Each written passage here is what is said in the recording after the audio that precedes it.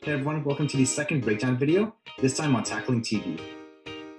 In this video, we're going to be covering the concepts of pathogenicity, antibodies and epitopes, antibiotic resistance, and Fajr therapy.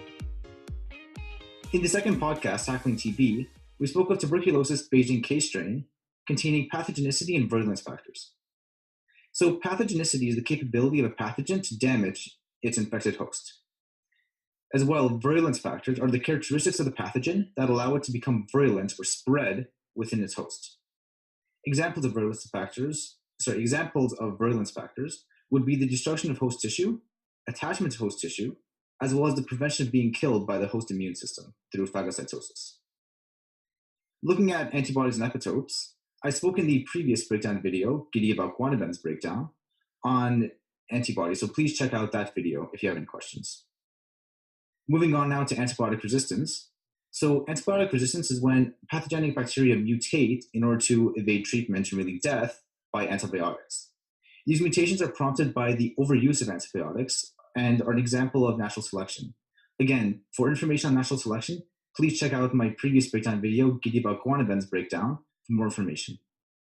This overuse of antibiotics many times isn't really needed for the infections being treated and is why antibiotic-resistant bacteria are becoming a growing threat throughout the world. Lastly, looking at phage therapy. So a phage, which is officially known as a bacteriophage, is a virus that targets bacteria, hence the name bacteriophage, and specific phages are targeting specific bacteria strains. The most common bacteriophages are the T2, T4, and lambda phage. Now, bacteriophages undergo replication in one of two ways, either the Lytic cycle or the Lysogenic cycle. The Lytic cycle involves the phage replicating its DNA within the infected host and lysing the host cells once fully formed. This lysing happens because the fully formed bacteriophages rapidly exit the host infected cell. These phages as well are known as virulent phages as they can easily spread throughout their host. Now, the lysogenic cycle involves the phage DNA coexisting with the host cell DNA as a lysogen or a prophage. After a certain amount of time, the lysogen or prophage would separate and the phage then enters the lytic cycle. These phages are known as tempered phages because they do not immediately enter the lytic cycle. Overall, tempered phages do survive longer than virulent phages, and this is because phages can only reproduce and thus survive within their hosts. So since tempered phages don't kill their host right away, as opposed to lytic phages, they can reproduce and thus survive for a longer period of time than lytic phages. If you apply this logic to common viruses, an example of a tempered virus that has survived for hundreds of years and will probably continue to do so is the influenza virus that causes the common flu.